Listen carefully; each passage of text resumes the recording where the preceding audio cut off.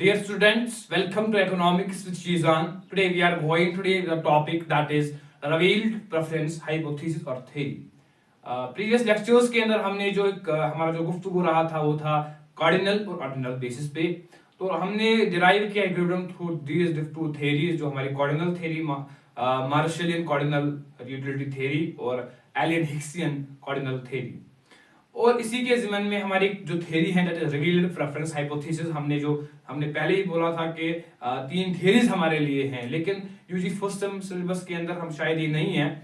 तो बट जिसको समझना है तो ये इसका ख्याल रखना भी जरूरी है, because it is one of the main theory for the derivation of the consumers preferences and to study the consumer behaviour. क्यों है बेसिकली जो हमारी जो थ्योरीज हैं उनका मसला ये है कि उनमें हाइपोथेसिस जो है वो टेस्ट नहीं होता है, वो सब्जेक्ट बेसिस पे है। जो कार्डिनल और ऑर्डिनल जो थ्योरी है वो सब्जेक्ट बेसिस है, वो साइकोलॉजी बेसिस है, उनमें हाइपोथेसिस को टेस्ट नहीं किया जाता है। और जो हमारे सैमुअल्सन है, पॉल एंथोनी सैमुअल्सन, जो एक इकोनॉमिस्ट जिसका एक कंट्रीब्यूशन रहा है इकोनॉमिक्स के लिए बहुत, उसने एक आर्टिकल लिखा 1938 के अंदर। उसने कहा कि उसने आर्टिकल लिखा consumer theory in terms of revealed preference. उसने कहा कि जो इसमें हाइपोथेसिस टेस्ट किया जाता है उनमें वो बेसिस ऑन साइकोलॉजी, वो हम इंसान की साइकोलॉजी के बेसिस पे हैं। लेकिन जो ये थ्योरी है that is behaviouristic theory, behaviourist ordinal theory इसको हम कहते हैं, वो बिहेवियर पे इसमें हाइपोथेसिस टेस्ट होता है। बेसिकली अगर आपके सिलेबस में ये नहीं है बट ये समझना भी एक जरूरी है। आप एक स्टूडेंट ऑफ इकोनॉमिक्स को ये पता होनी चाहिए कि कौन थ्योरीज हैं कंज्यूमर बिहेवियर को डील करनी है। तो क्या होता है बेसिकली रिवील्ड प्रेफरेंस थ्योरी, उसको हम कहते हैं behaviouristic ordinal utility theory. It is based on the behaviour of the consumer. 1938 में क्या होता है, एक आर्टिकल लिखता है Paul Anthony Samuelson, consumer theory in terms of revealed preferences. उसमें लिखता है कि जो मेजर द कंज्यूमर की प्रेफरेंसेस मेजर करना जो बेसिक बेस्ट वे है, जो बेस्ट वे है, अच्छा तरीका है कंज्यूमर का, कंज्यूमर की प्रेफरेंसेस को मेजर करना और एनालाइज करना, उसकी चॉइसेस, कंज्यूमर की चॉइस प्रेफरेंसेस को मेजर करना और एनालाइज करना उसकी चॉइसेस को। अच्छा वे ये है कि आप ऑब्जर्व कीजिए their preferences behaviour under different circumstances of income and price. उसने ये कहा कि अगर आपको बिहेवियर मेजर करना है, कंज्यूमर प्रेफरेंसेस का मेजर करना है बिहेवियर, फॉर एग्जांपल यहां पर मैं लेता हूं कि कंज्यूमर प्रेफरेंसेस को मेजर अगर आपको करना है और एनालाइज करना है कि चॉइस उसकी, कंज्यूमर की चॉइस क्या है, उसका प्रेफरेंसेस क्या है, अगर आपको ये मेजर करना है, एनालाइज करना है, आप ऑब्जर्व, आपको ये देखना है कि जो डिफरेंट सर्कमस्टेंस, डिफरेंट कंडीशंस में वो जब उसका प्राइस डिफरेंट होता है और इनकम डिफरेंट होती है, उसमें यही लिखा उसने रिवील्ड प्रेफरेंस से। आपको उसी के बेसिस पे हमारी थ्योरी है रिवील्ड प्रेफरेंस हाइपोथेसिस, हम उसको क्या कहते हैं। तो ये एक थ्योरी है। उसने कहा कि ऐसे, मैं एक एग्जांपल में आपको समझाऊंगा। इसके बहुत से assumptions हैं, हम इसको assumptions को बाद में देखेंगे। एक assumption आपको यही याद रखनी है कि कंज्यूमर को डिफरेंट सेट ऑफ गुड्स हैं, अल्टरनेटिव उसको है, but he choose only one, वो ओनली वन चूज करता है। ये आपको कॉम्बिनेशन, ये आपको रखना है याद कि उसको डिफरेंट अल्टरनेटिव्स हैं, डिफरेंट सेट ऑफ गुड्स हैं, अल्टरनेटिव्स हैं, बट वो ओनली चूज वन, एक ही करता है। तो फॉर एग्जांपल क्या है कि जब मैं रेस्टोरेंट में जाता हूं, जब कोई बंदा रेस्टोरेंट में जाता है तो फॉर एग्जांपल उसकी इनकम जो है वो 100 रुपीज। वो क्या करता है, मैं कहता हूँ रिवील्ड ये क्या है। अगर हम बात करेंगे रिवील्ड की, रिवील्ड का मतलब है यहाँ पे, अगर हम रिवील्ड को कहेंगे, revealed means show, it is show, हमें शो करना। प्रेफरेंस मींस आपके पास डिफरेंट कॉम्बिनेशन बास्केट से बंडल्स है, बंडल्स में आपसे डिफरेंट बंडल्स में आप एक को चूज करते हो एक सेट को आप शो करते हो, बंडल में एक सेट रिवील करते हो, शो करते हो, बंडल आपके डिफरेंट कॉम्बिनेशंस हैं, उनमें एक पर्टिकुलर कमोडिटी को आप चूज करते हो, उसी की हाइपोथेसिस हम करते हैं। जब मैं रेस्टोरेंट में जाता हूं तो मेरे पास 100 रुपीज है, मेरे पास जो रेस्टोरेंट के अंदर मेन्यू होता है, मेन्यू के अंदर डिफरेंट कॉम्बिनेशंस होते हैं, उनका प्राइस भी होता है। मैं क्या करता हूं, बंदे कंज्यूमर क्या करता है, कंज्यूमर जब जाता है तो वो वही कॉम्बिनेशन, फॉर एग्जाम्पल अगर उसने उसके पास 100 है, बिरयानी 100 रुपीज, फॉर एग्जाम्पल मैं एग्जाम्पल देता हूँ, 100 रुपीज में बिरयानी है, 100 रुपीज में बर्गर है और 100 रुपीज में उसका चिकन है, 3 कॉम्बिनेशन मैंने बोली। और 50 रुपीज में मोमोज है और 200 रुपीज में है बर्गर, मैं पिज्जा फॉर एग्जाम्पल। पिज्जा वो नहीं खाता क्योंकि उसकी 100 रुपीज है, उसको हम छोड़ेंगे, पिज्जा तो उसके बजट में नहीं है क्योंकि वो 200 रुपीज है, लेकिन कंज्यूमर की इनकम जो है, उस बंदे की इनकम जो है वो 100 रुपीज है और जो वो 50 रुपीज है। अब ये क्या करता है, ये बिरयानी को चूज करता है, इसने शो किया बिरयानी को, लेकिन उसको डिफरेंट कॉम्बिनेशंस थी, वो भी खरीद, वो फॉर एग्जाम्पल चिकन भी खरीदा, उसका भी प्राइस था, वो बर्गर भी खरीदा, उसका भी प्राइस 100 था, बट उसने शो क्या किया, उसने शो किया बिरयानी को। और जो वो मोमोज जो 50 रुपीज जिसका प्राइस था, उस वो इन्फीरियर था, उसने उसको चूज नहीं, उसने चूज नहीं किया बिकॉज उसका प्राइस कम था, वो उसके लिए इन्फीरियर गुड बना, इन्फीरियर कमोडिटी उसके लिए बना। और वो जो 200 क्योंकि वो बजट में नहीं था, उसने क्या किया, अब वो बिरयानी खा, दूसरी दफा भी जाता है वो बिरयानी है। और तीसरी दफा जब आता है, कंटिन्यू आता है, तो जो रेस्टोरेंट का मालिक होता है, जो वहां पर डिफरेंट जो उसको देते हो, आप सर्व करते हो, उनको पता होती है कि भाई ये बिरयानी खाता है। उनको क्यों पता है, क्योंकि उसने शो किया अपनी प्रेफरेंस को, उसने वहां पर शो किया मैं ये खाता हूं, उनको पता चला। वही है कंज्यूमर प्रेफरेंस, वही है ये रिलेटेड थ्योरी, यही है, बोलती है कि कंज्यूमर कैसे प्रेफरेंस, उसने प्रेफर किया, ये उसने शो किया मैं कौन प्रेफर करता हूं डिफरेंट सेक्टर्स में, क्योंकि हालांकि उसका प्राइस भी सेम था, बर्गर प्राइस तो डिफरेंट उस जैसे बर्गर का भी सेम था, चिकन का भी सेम था, बट उसने बिरयानी को क्यों किया, बिकॉज उसने शो किया, तो उनको उसने अपनी प्रेफरेंस को शो किया। यही हमारी थ्योरी बोलती है, जब वो डिफरेंट कॉम्बिनेशन है तब वो शो कौन कॉम्बिनेशन करता है, अगर हालांकि उनका प्राइस भी सेम है बट वो उनको चूज नहीं करता है, और इन्फीरियर भी है उसमें डिफरेंट कॉम्बिनेशन। तो ये हमने लिखा एजम्पशन। हम मैंने क्या किया यहाँ पे, ये हमारी बजट लाइन है, पी क्यू हमारी बजट लाइन है, बजट लाइन पे मैंने ए और बी पॉइंट लिया।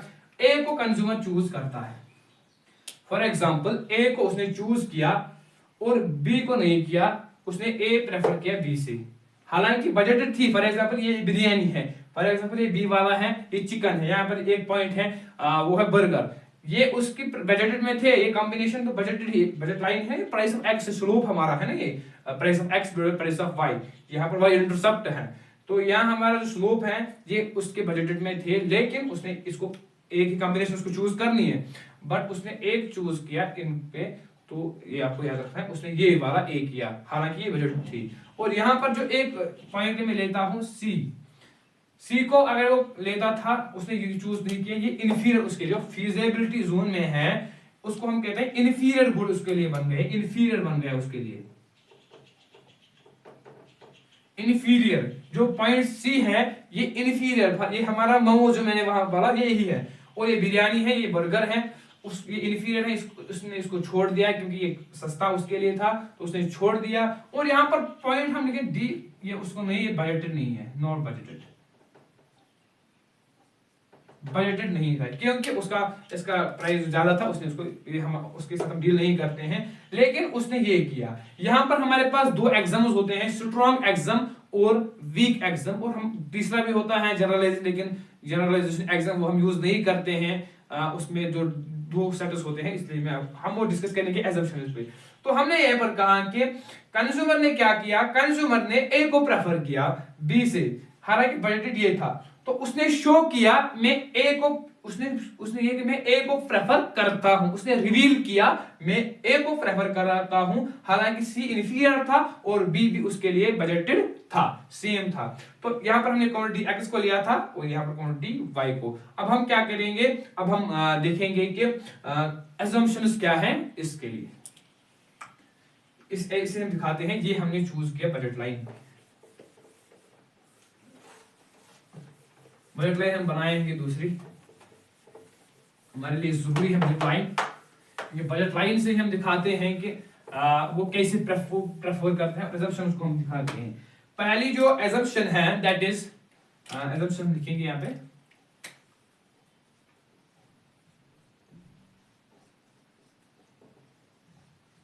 assumptions, पहली जो assumption है दैट इज रैशनल। इस रैशनल की हम बात करते हैं इकोनॉमिक्स के, एक कंसेप्ट ऑफ रैशनैलिटी जो है, रैशनैलिटी मीन्स कि वो दानादार है, अक्लमंद है, उसको पता है कि ज्यादा और ज्यादा कमोडिटी यूज करने से मेरे जब तक उसकी सेटिस्फैक्शन मैक्सिमम सेटिस्फैक्शन नहीं।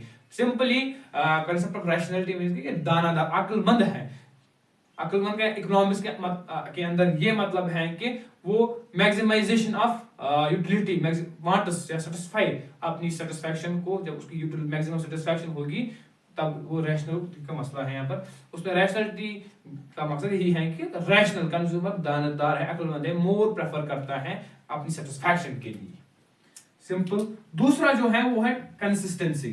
कंसिस्टेंसी आपको समझते हैं। कंसिस्टेंसी के अंदर क्या होता है, हम कहते हैं कंटिन्यूटी। कंसिस्टेंसी बोलते हैं कंटिन्यूटी, लेकिन कंटिन्यू जब है यहां पर क्या मसला है, मतलब है फॉर एग्जांपल मैंने ए को वहां पर प्रेफर किया था बी पे। सिंपल, मैं आपको यहां पर ये बनाऊंगा, ये हमारी बजट लाइन है, पी को रखिए था उसका नाम हमने, और ये हमारा पॉइंट ए था, ये हमने चूज किया था, ये पॉइंट बी था, ये हमारा हमने चूज नहीं किया, ये था पॉइंट सी जो इंफीरियर था, जो फीजिबिलिटी जोन में था, इंफीरियर, ये हमारा पॉइंट डी था जो बजटेड नहीं था। अब क्या हमने, उसने ए को प्रेफर किया बी से, क्योंकि उसने इस शो किया ए, प्रेफरेंस उसने दी किस कमोडिटी की, किस बंडल की, ए बंडल की। यहां पर क्या मसला है, उसने ए को प्रेफर किया बी, ये कंसिस्टेंट होगा, ये कंटिन्यू होगा, वो ए ही को प्रेफर करेगा बी से, ये एज्यूम करते हैं हम हाइपोथेटिकली, वो ए ही को प्रेफर करता है हमेशा कंसिस्टेंटली बी से। सिंपल। दूसरा जो है वो ए ही को प्रेफर करेगा बी से, वो ये नहीं सी भी ऐसा नहीं, वो छोड़ता है, ए ही को प्रेफर करता है हमेशा। तीसरा क्या है यहां पर, तीसरा है हमारा positive income elasticity of demand. Positive income elasticity of demand, ये क्या होता है, इसका मतलब क्या है, जब इनकम कंज्यूमर की इंक्रीज होगी तो डिमांड भी इंक्रीज होगा, ये एज्यूम करते हैं, अदरवाइज नहीं होता है जब इनकम इंक्रीज होती है इंफीरियर गुड्स। लेकिन बट क्या मसला होता है, जब उसकी इनकम इंक्रीज हुई, ये एज्यूम हम करते हैं, पॉजिटिव इफेक्ट यही है कि जब इनकम इंक्रीज होगी तो उसका डिमांड भी इंक्रीज होगा। सिंपल। जो चौथा है दैट इज ट्रांजिटिविटी।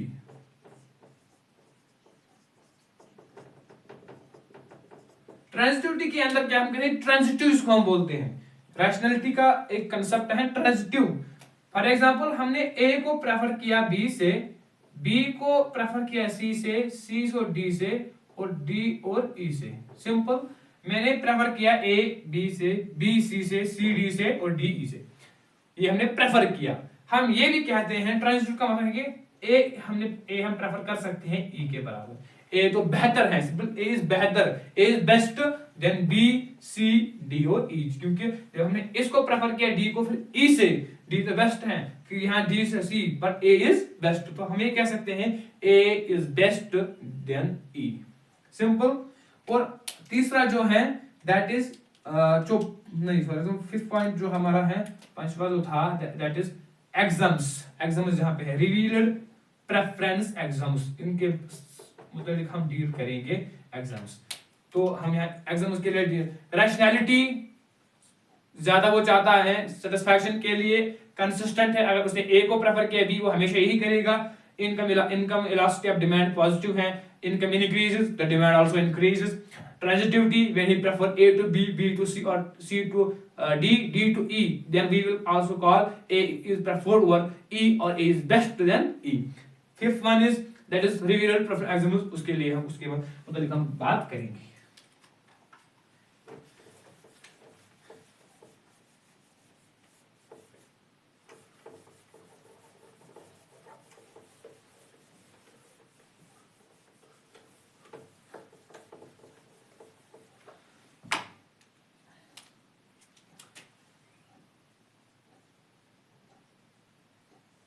एग्जाम्स क्या है, एग्जाम्स दो है हमारे, एक is one is weak axiom और दूसरा है स्ट्रॉन्ग एग्जाम। पहले हम वीक एग्जाम देखेंगे। वीक एग्जाम का मतलब है सिंपल या समझना है, मैंने ए को प्रेफर किया बी से, बी को ए ने ए को प्रेफर किया बी पे, क्योंकि बी बजटेड था लेकिन मैंने ए को प्रेफर किया, लेकिन बजटेड था, सेम लाइन पे था, सेम बजट लाइन पे था। तो जब मैंने ए को प्रेफर किया, मैंने एग्जाम दिखाया, लेकिन it is not strong exam, it is weak exam, क्योंकि बजटेड था, मेरे पास बर्गर भी था, चिकन भी था, लेकिन मैंने बिरयानी को उतना मसला नहीं था। It is called weak exam. जब बजटेड कमोडिटी है तो फिर उसको फॉरगेट करते हैं हम, अदर दूसरी को प्रेफर करते हैं, तो उस एग्जाम को कहते हैं वीक एग्जाम। फॉर एग्जांपल ए और ए टू बी इसको कहेंगे यहां से, ए और बी को हम कहेंगे ए टू बी, हमने क्यों ए को प्रेफर किया बी से, it is called weak exam because both are budgeted for the consumer. और दूसरा है it is strong exam.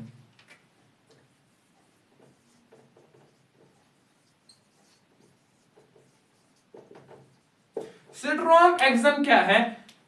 Strong exam ये है कि उसको सी भी था, inferior 50 rupees momos plate, but उसने उसको फॉरगेट किया, इंफीरियर था, उसने ए को चूज किया, इसने 50 को फॉरगेट किया बिकॉज ये लेस था उसके लिए, उसने एग्जाम दिखाया, उसने चेंज दिखाई, उसने ए को प्रेफर किया, 100 रुपीज का जो था, जो बजटेड था, जो उसका प्राइस के बराबर था, उसने उसको चूज किया। जब उसने सी को फॉरगेट किया, सी ए को सी पे चूज किया, इसको हम कहते हैं it is strong axiom. A to c, इस वाले को हम कहते हैं वीक एग्जाम, इस वाले को हम कहते हैं यहां से यहां तक, जब उसमें सी भी था, मोमोज प्लेट भी था, बट उसने बिरयानी ली, that is strong exam. Strong axiom आया समझ? वीक एग्जाम और स्ट्रॉन्ग। तीसरा जो है वो ज्यादा यूज हम नहीं करते हैं, ना हम उसके साथ डील करते हैं, दैट इज जनरलाइजेशन। वो भी हम लिखेंगे यहाँ पे, जनरलाइजेशन एग्जाम।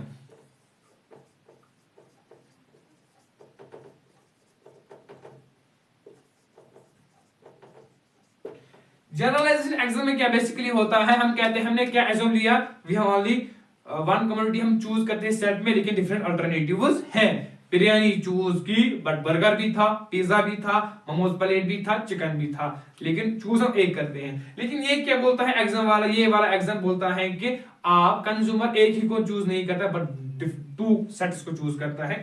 फॉर एग्जाम्पल हम कहते हैं वो चूज करता है, CHOOS, choose two sets, but हम उसके साथ डील नहीं करते हैं, हम इसको फॉरगेट करके बिकॉज ऑफ एजम्पशन के बेसिस पे इसको हम नहीं ज्यादा हम इसको यूज करते हैं।